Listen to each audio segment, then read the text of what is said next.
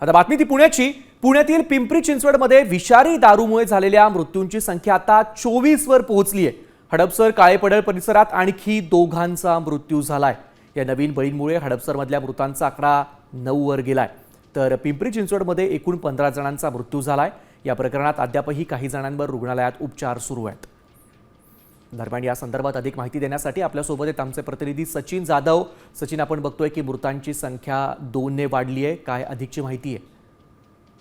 आपण पाहतो की पुणे आणि पिंपरी चिंचवडच्या परिसरामध्ये विषारी दारू पिऊन जो मृत्यूचं प्रमाण आहे ते दररोज दिवसेंदिवस ती संख्या वाढत आहे। आपण पाहिलं तर पुण्यामध्ये आता ही संख्या 9 वर गेली आहे, तर पिंपरी चिंचवडची ही संख्या वाढली आहे। त्यामुळे आता या मृत्यूमध्ये जवळपास 24 जणांचा मृत्यू जो आहे तो विषारी दारू पिऊन झालेला आहे। या प्रकरणी खरं तर आता याचा तपास सगळा सीआयडी कडे गेलेला आहे। त्यामुळे या प्रकरणी आता कसा तपास होणार किंवा अजूनही मृत्यूची संख्या वाढणार का हे पाहावं लागणार आहे। कारण या सगळ्या प्रकरणामध्ये आरोपी अटक केलेले आहेत, काही पोलीस अधिकारी आणि कर्मचाऱ्यांवर पण कारवाई केलेली आहे। मात्र आता परत एकदा हडपसर परिसरातील दोघांचा जो आहे तो या मृत्यू झाल्याची माहिती आपल्याला कळते आणि त्यातूनच आता ही संख्या जी आहे ती वाढत आहे। धन्यवाद सचिन, दिलेल्या या माहितीसाठी।